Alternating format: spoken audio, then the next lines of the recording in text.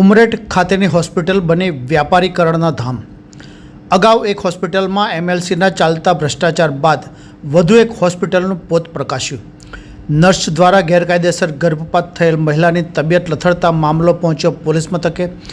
તબીબી સેવા હવે વ્યાપારીકરણના કેન્દ્ર બનવા પામતા હોય તેમ ઉમરેઠ વિસ્તારમાં આવેલ એક બહુચર્ચિત હોસ્પિટલમાં એમએલસીના કેસમાં તંત્ર સાથે સાંઠગાંઠ રચી આચરવામાં આવતા ભ્રષ્ટાચારી ખેલ બાદ વધુ એક હોસ્પિટલમાં નર્સ દ્વારા કરવામાં આવેલા ગેરકાયદેસર ગર્ભપાત બાદ મહિલાની તબિયત લથડતા મામલો પોલીસ મથકે પહોંચ્યો હોવાનું જાણવા મળ્યું છે।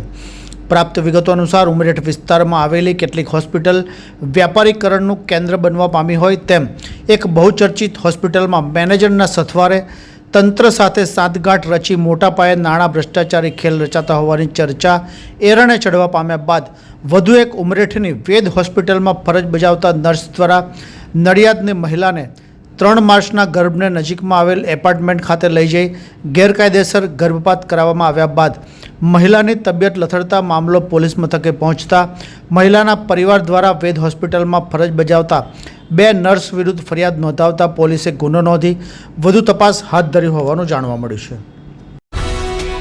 ये है हलचल टीवी नेटवर्क और आप देख रहे हैं हलचल टीवी न्यूज़। हर हलचल पर नज़र, हर हलचल की खबर।